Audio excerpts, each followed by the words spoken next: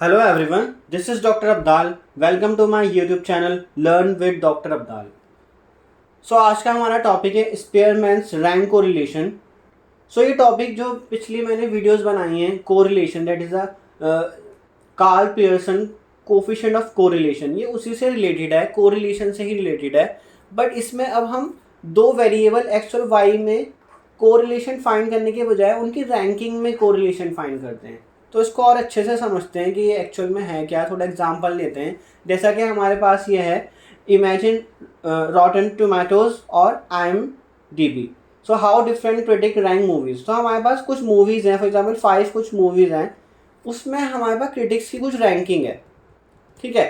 तो ए ने जो अपनी रैंकिंग करी है वो इस तरह से इस ऑर्डर में है कि उसने M1 मूवी को रैंक 1 दी है, मतलब वो अच्छी मूवी है तो रैंक 1 है, मतलब उसकी हाईएस्ट रैंक, मतलब लोवेस्ट रैंकिंग का मतलब है वो अच्छी मूवी है, 1 रैंक का मतलब.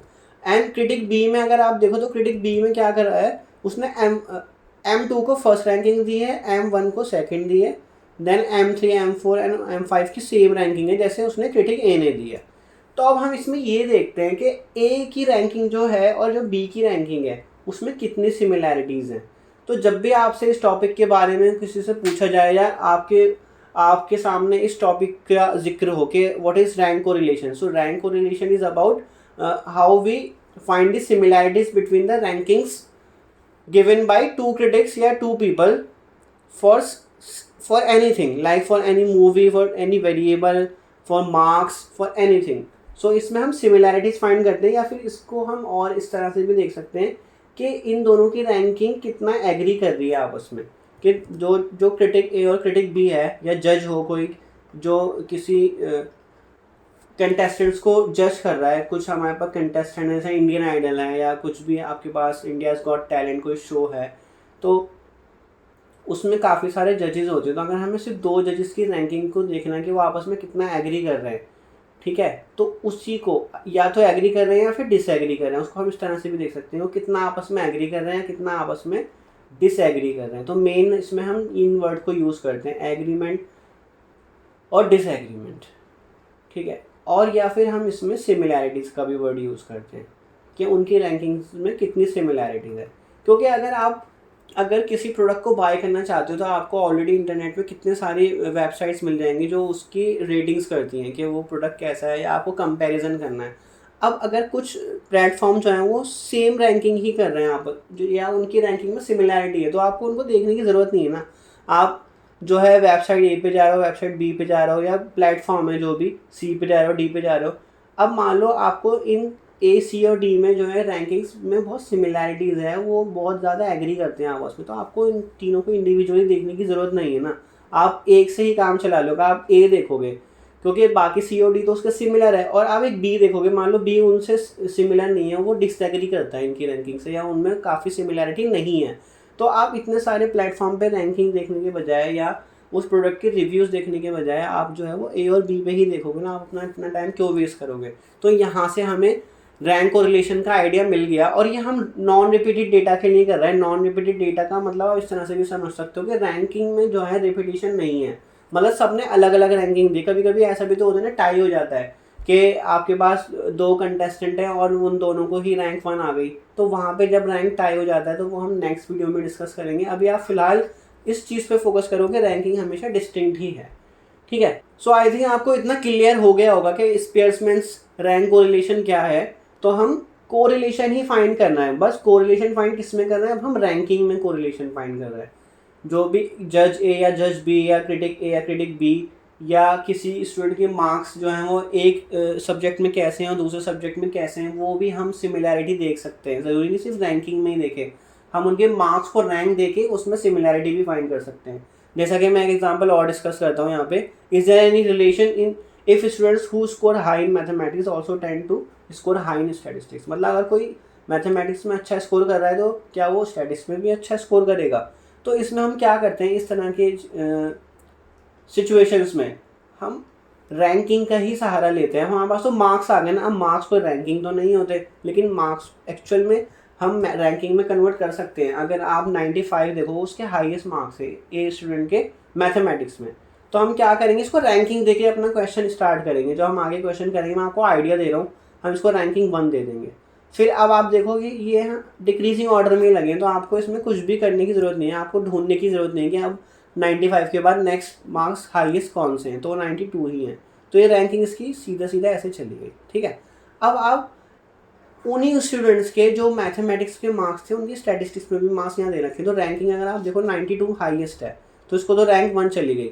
बट अब हाईएस्ट कौन सा है 92 के बाद, वो है 88, तो ये 2, फिर 85 है, और फिर उसके बाद सिमिलर ही है 6, 7, 8। तो क्या इन दोनों की रैंकिंग में कुछ सिमिलैरिटी दिख रही है? तो अगर आप देखोगे तो बहुत ज़्यादा सिमिलैरिटी दिख रही है कि अगर किसी के मैथ्स में मार्क्स ज़्यादा हैं तो उसके स्टैटिस्टिक्स में भी मार्क्स ज़्यादा आ रहे हैं।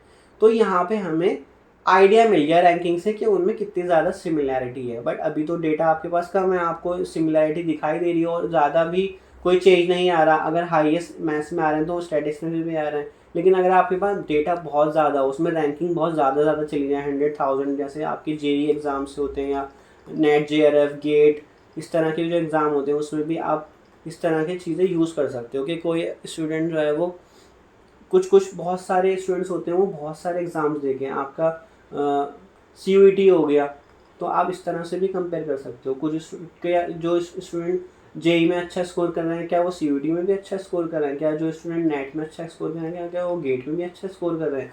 तो इस तरह की भी चीज़ें आप, अब वहाँ तो लैक्स ऑफ स्टूडेंट्स होते हैं, तो तब जाके हमें मैथमेटिकल टूल्स का सहारा लेना पड़ता है उनकी रैंकिंग्स में सिमिलरिटी वगैरह देखने के लिए। और ये सिर्फ एक ही सिनेरियो हम डिस्कस कर रहे हैं अभी, मार्क्स का या फिर मूवीज़ की रैंकिंग का, तो ये बहुत जगह अप्लाई हो सकता है, ठीक है। तो probability statistics one of the very beautiful subject, one of the most important subject, जो एक्चुअल में प्रिडिक्शन करता है। प्रिडिक्शन जो है हर कोई हर चीज़ की प्रिडिक्शन करना चाहता है, क्या वो प्रोडक्ट की सेल हो, प्रॉफिट हो, इस कौन सी टीम जीतेगी इसका प्रिडिक्शन करना, प्लेयर्स की परफॉर्मेंस देख के, तो प्रिडिक्शन के लिए यूज़ होता है। तो फिलहाल हम अभी क्या डिस्कस कर रहे हैं, हम सिमिलैरिटी डिस्कस कर रहे हैं। तो हमने देखा कि अगर रैंकिंग ऑलरेडी हमारे पास गिवन थी, जैसे कि मूवी की रैंकिंग हमें ऑलरेडी गिवन थी, तो रैंकिंग में हम सिमिलैरिटी चेक कर रहे हैं। हम कौन से मेथड्स से करेंगे, वो स्पेयरमैन्स रैंक कोरिलेशन से करेंगे, जो हम आगे फॉर्मूला भी डिस्कस करेंगे। और अगर रैंकिंग नहीं गिवन है तो हम उन्हें रैंकिंग देंगे। जैसे कि मार्क्स था, मार्क्स में रैंकिंग गिवन नहीं थी तो हमने उनको रैंकिंग दी, और फिर वहाँ से हम आगे प्रोसीड करेंगे। सो आई होप आपको ये क्लियर हो गया होगा कि स्पेयरमैन्स रैंक कोरिलेशन एक्चुअल में क्या होता है, हम क्यों पढ़ते हैं ये। तो ये कोरिलेशन से ही रिलेटेड है। कोरिलेशन पे मैंने ऑलरेडी वीडियोस बना दी हैं, आप वो जाके देखना, उसके बाद आप ये देखना।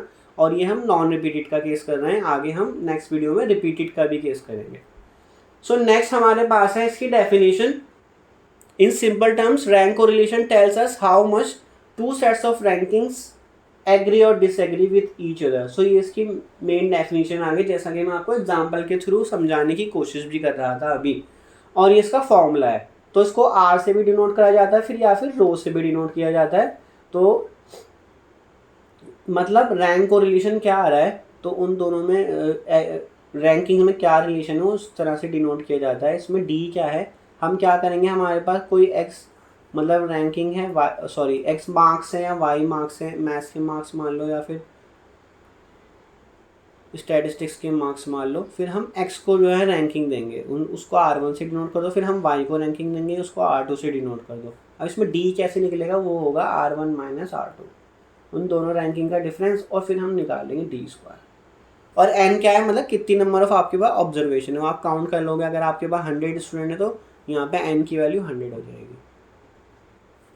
तो D स्क्वायर कैसे निकला वो हम क्वेश्चन में भी अच्छे से सीखेंगे, कैसे निकलता है D स्क्वायर या D कैसे निकलता है, वो रैंकिंग कैसे देते हैं, मैंने अभी पीछे भी डिस्कस करा, आपको थोड़ा आइडिया मिल गया होगा।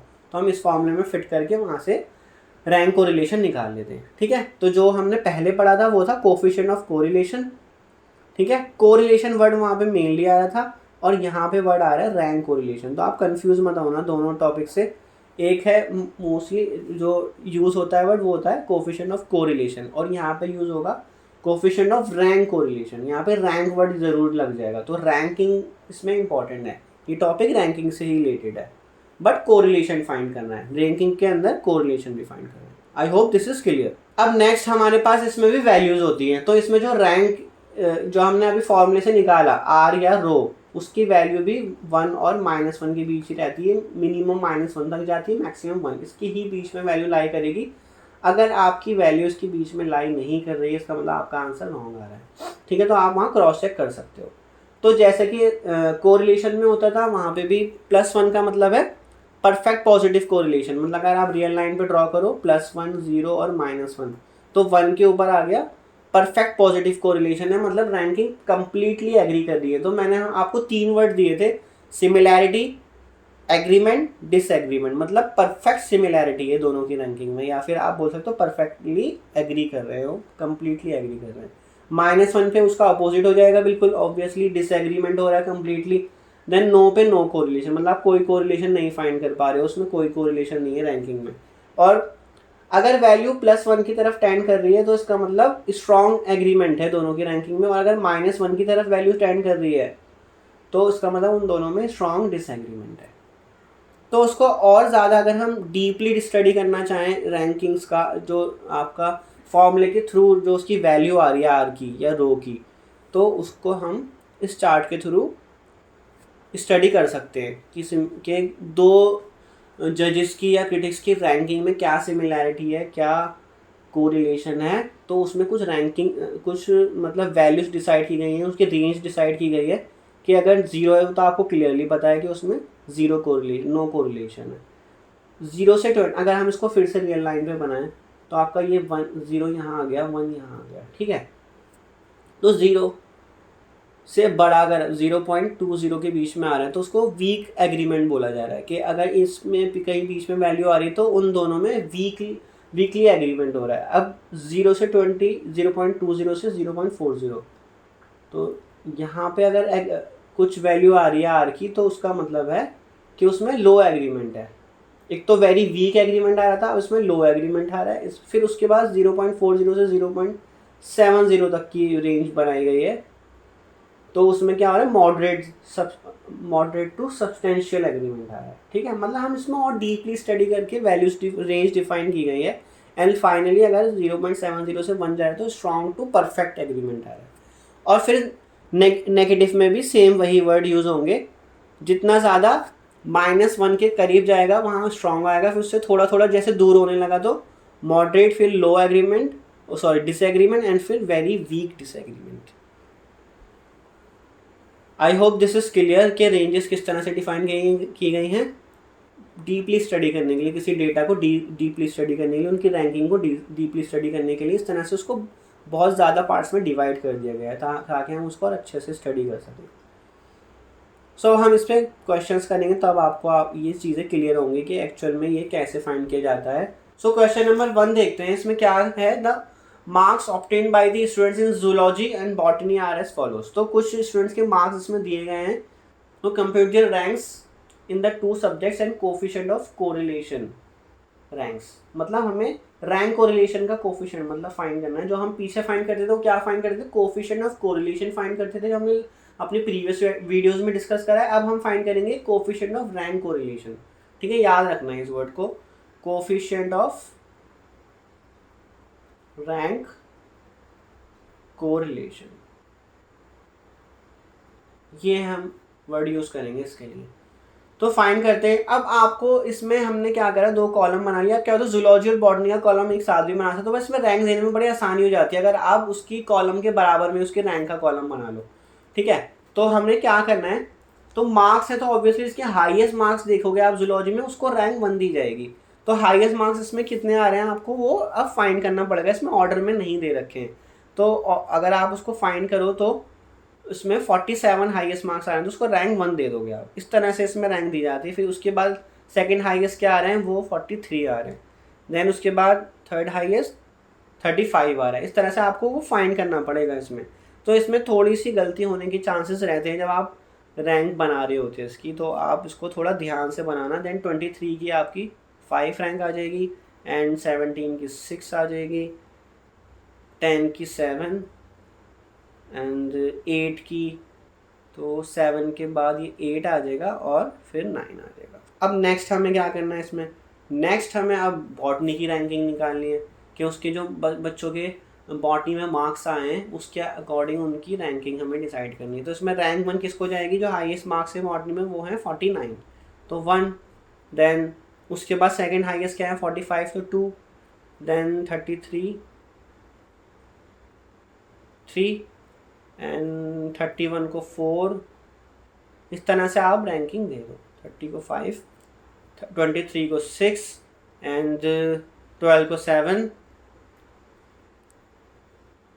8 को 8 जा रही है और लास्ट 4 को 9 जा रही है। अब आपने डी निकालना है, वो है इन दोनों रैंक का डिफरेंस R1 माइनस R2।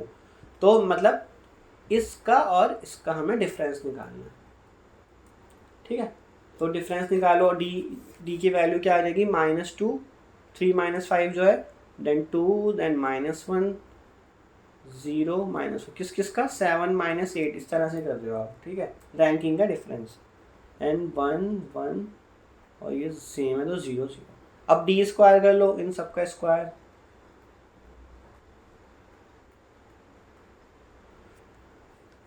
इन सबका सम करोगे वो आ रहा है आपका 12, ठीक है। तो ये आपका 12 आ गया।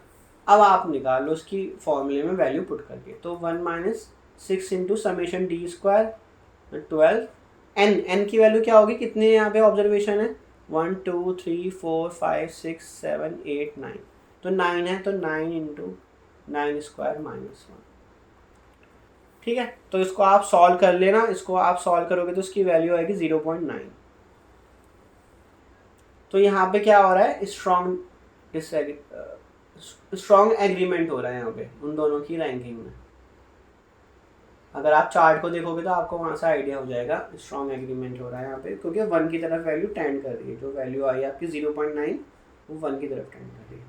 सो आई होप आपको ये क्वेश्चन समझ आया होगा। आपको जो भी मार्क्स दे रखे हैं, जो भी वैल्यूज दे रखी है, वो वैल्यू मान के चलो, ये वैल्यू, और ये नॉन रिपीटेड वैल्यू है, ये याद रखना। जब रिपीटेड का केस आएगा तो हम अलग तरीके से कैलकुलेट करेंगे, हम आगे डिस्कस करेंगे।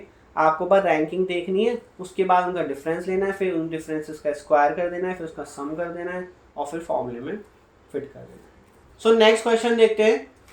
अगेन कुछ 10 स्टूडेंट्स हैं, उनके मैथमेटिक्स और फिजिक्स में मार्क्स हैं, तो उसमें हमें coefficient of rank correlation find करना है। तो इसमें हमें रैंकिंग देनी पड़ेगी सबसे पहले।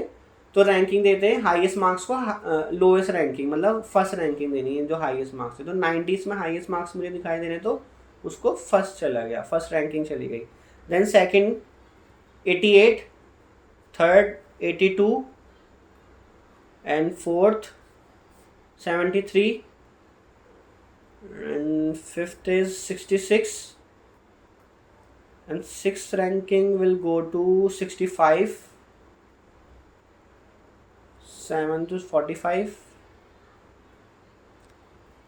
then 40 को 8 रैंकिंग जा रही है एंड 32 को 9 एंड 30 को 10। तो ये हमारी रैंकिंग डिसाइड हो गई। इसी तरह आप फिजिक्स की में मार्क्स की रैंकिंग निकाल लो, ठीक है। तो रैंकिंग मैं फटाफट से कर देता हूँ। उसमें रैंकिंग क्या बनेगी, 90 की 1 बन रही है, 85 की 2,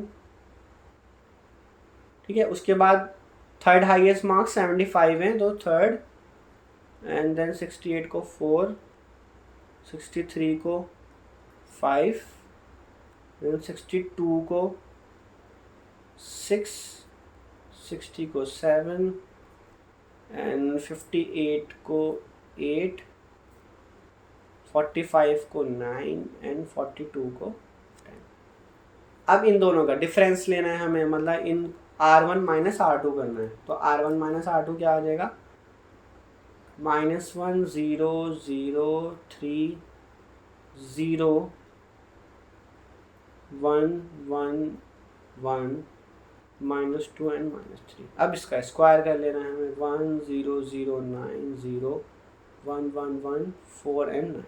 इसका सम करोगे, समेशन डी स्क्वायर, इसकी वैल्यू आ रही है आपकी 26, ठीक है। तो हमें coefficient of rank correlation find करना है, which is 1 - 6 summation D square divide by N into N square -1। तो 1 - 6 into summation D square is 26। N की वैल्यू आपको क्वेश्चन में दे ही रखी थी, एग्जामिनेशन ऑफ 10 स्टूडेंट्स, तो वहीं से पता लग गई। तो 10 इंटू 100 - 1, 10 स्क्वायर है ना, तो इसमें वैल्यू क्या आएगी, कैलकुलेट होगी, जो आप कैलकुलेट करोगे तो 0.89 आएगी। तो अगेन ये भी स्ट्रॉन्ग एग्रीमेंट में जा रहा है। तो जो रैंकिंग है इनकी फिजिक्स और मैथ्स के मार्क्स जो है ना वो बहुत ज़्यादा सिमिलैरिटी है उनमें, जितने ज़्यादा मार्क्स स्टूडेंट के मैथ्स में आ रहे हैं उतने ही ज़्यादा मार्क्स उनके फिजिक्स में भी आ रहे हैं। तो स्ट्रांगली एग्री करता है। I hope this is clear. So next question देखते हैं। So two critics rated the same 6 movies. Their ratings out of 10 are given below. तो ये out of 10 जो है रेटिंग दी गई है क्रिटिक 1 और क्रिटिक 2 के द्वारा। तो इसमें हमारे पास मूवी कितनी है, 6 मूवीज़ हैं, तो n की वैल्यू यहाँ पे 6 हो गई। ठीक है, अब आपने रैंकिंग कैसे डिसाइड करोगे, तो हाईएस्ट रैंकिंग ऑब्वियसली जिसमें ज़्यादा रेटिंग गई है, आउट ऑफ 10 जा रही है ना रेटिंग, आउट ऑफ 10 रेटिंग जा रही है इसमें। ठीक है, तो वो जितनी ज़्यादा रेटिंग होगी उतनी उसकी रैंकिंग 1 होगी। 1 से स्टार्ट करेंगे 9, तो ये तो डिक्रीजिंग ऑर्डर में है, तो ये डिक्रीजिंग ऑर्डर में चला जाएगा सीधा। अब यहाँ पे देख लो आप कैसे जाएगी, क्योंकि इसमें हाईएस्ट रैंकिंग कहाँ आ रही है, 9 पे आ रही है, तो 1 वहाँ जाएगा आपका 9 के आगे। Then 2, 3, 4, 5 and 6। ठीक है, अब इनका डिफरेंस ले लो, -1, -2, 2, -1, -1 एंड 3। इसका स्क्वायर कर लो, 1, 4, 4, 1, 1, 9, तो इसका सम कर लो, वो आ जाएगा 20। अब आप इसको फॉर्मूले में फिट कर दो, which is coefficient of rank correlation 1 - 6 summation d square divide by n into n square -1। तो क्या वैल्यू आएगी, 1 - 6 into summation d square is 20, n की वैल्यू है आपकी 6, 36 - 1, तो इसकी वैल्यू आपकी सॉल्व होकर आएगी 0.4286। सो ये आ जाएगा आपका केस मॉडरेट में। ठीक है, उस चार्ट को आप अच्छे से याद कर लेना, चार्ट को आप याद रखोगे तो आपको इजी रहेगा। अदरवाइज आपको याद भी नहीं है तो आप उसको बोल सकते हो कि पार्शियली वर्ड यूज़ कर सकते हो कि पार्शियली एग्रीमेंट हो रहा है वहाँ पे। ठीक है, आई होप आपको ये अब टॉपिक बहुत क्लियर हो गया होगा, बहुत सिंपल है। रैंकिंग बस देना आपने अच्छे से देख के देना है कि कोई वैल्यू मिस ना हो जाए, कि कोई वैल्यू आप बाद में देखोगे अरे इसकी तो रैंकिंग पहले जानी थी, वो इसमें मिस्टेक होने के चांसेस रहेंगे, क्योंकि ऐसे आप आंखों से देख के जो डिसाइड कर रहे होते हैं तो उसमें कहीं ना कहीं मिस्टेक हो जाती है। सो एक क्वेश्चन और देख लेते हैं। So write down Spearman's formula for determining rank coefficient r for the 2 series we have summation D square n और समेशन डी स्क्वायर की वैल्यू आपको इसमें दे रखी है, तो आपको आर फाइंड करना है इसमें। तो क्या फॉर्मूला होता है, 6 into summation D square divide by N into N square -1 ये होता है। तो 1 - 6 into summation D square is 30, N की वैल्यू आपको 10 स्क्वायर मिला 100 -1, तो ये फाइंड कर लेना आप क्या आएगा, ये वैल्यू आएगी आपकी कैलकुलेट मैंने करी हुई है 0.81 आ रही है। तो इसमें भी आपका क्योंकि 1 के नज़दीक है तो ये स्ट्रॉन्ग वाले में ही जा रहा है। स्ट्रॉन्ग वाले का जो रेंज था वो 0.70 से 1 के बीच में था, तो स्ट्रॉन्ग एग्रीमेंट हो रहा है यहाँ पे इनकी रैंकिंग में। सो आई होप ये आपको टॉपिक बहुत अच्छे से समझ आ गया होगा। यहाँ पे हमने नॉन रिपीटेड रैंक के लिए करा है या नॉन रिपीटेड डेटा के लिए करा है। ठीक है, याद रखना नॉन रिपीटेड डेटा या फिर वैल्यूज़ के लिए करा है ये हमने। आगे हम जब हमारे पास मार्क्स या रेटिंग्स, जैसे मूवी की रेटिंग थी, हो सकता है ना किसी ने किसी मूवी की रेटिंग मान लो ए मूवी है उसको रेटिंग 9/10 दे रखी है और बी को भी 9/10 दे रखी है, तो हमें वहाँ पे फिर डिफरेंट केस अराइज हो जाएगा, तो हमें रैंकिंग फिर उसी हिसाब से करनी पड़ेगी, वो हम नेक्स्ट वीडियो में सीखेंगे। सो इसकी कुछ एप्लीकेशंस भी देख लेते हैं। एप्लीकेशन आई होप आपको समझ आ ही गई होगी। Like in education to see if students who do well in one subject also do well in another subject. जैसा कि हमने अभी देखा कि अगर कोई फिजिक्स में अच्छे मार्क्स ला रहा है तो क्या वो मैथ्स में भी अच्छे मार्क्स ला रहा है या स्टैटिस्टिक्स में भी अच्छे मार्क्स ला रहा है, वो हमने देख लिया। इन कॉम्पिटिशन टू चेक 2 जजेस एग्री इन रैंकिंग कंटेस्टेंट्स, मतलब वो रैंकिंग एक मान लो कोई इंडियन आइडल है उसमें 10 कंटेस्टेंट है, अनु मलिक है और सोनू निगम है, वो अपनी अपनी रैंकिंग दे रहा है या रेटिंग कर रहा है अपने कंटेस्टेंट्स की, तो उनमें कितनी सिमिलैरिटीज़ है। क्या वो जिसको फर्स्ट मान रहे हैं एक जज अनु मलिक, क्या सोनू निगम भी उसको फर्स्ट मान के चल रहा है, तो इस तरह से हम उनकी सिमिलैरिटीज़ चेक कर सकते हैं, वो कितना एग्री करते हैं, या जिस भी बेसिस पे वो उनको मतलब जज कर रहे हैं, तो वो कितना सिमिलैरिटी है उनके जजमेंट में, वो चेक करते हैं हम इसमें. So in market research to compare customer preference और product rankings, okay, and sports also to measure similarity between different rankings system of team और प्लेयर्स. तो ये just few of the application है आपके सामने. These are only few application I am discussing with you. There are thousands of application for coefficient of rank correlation. तो I hope आपको समझ आ गया होगा कि इसकी कितनी ज़्यादा इंपॉर्टेंस है, और आपको टॉपिक भी समझ आ गया होगा कि ये टॉपिक किस चीज़ से रिलेटेड है और इसमें कैसे काम करता है. तो फिर मिलेंगे नेक्स्ट वीडियो में. अच्छे से डिस्कस करते रहिए, बढ़ते रहिए, समझते रहिए चीज़ों को, और जितना ज़्यादा प्रैक्टिस करोगे उतना आपको समझ आएगा. Thank you so much. फिर मिलते हैं नेक्स्ट वीडियो में.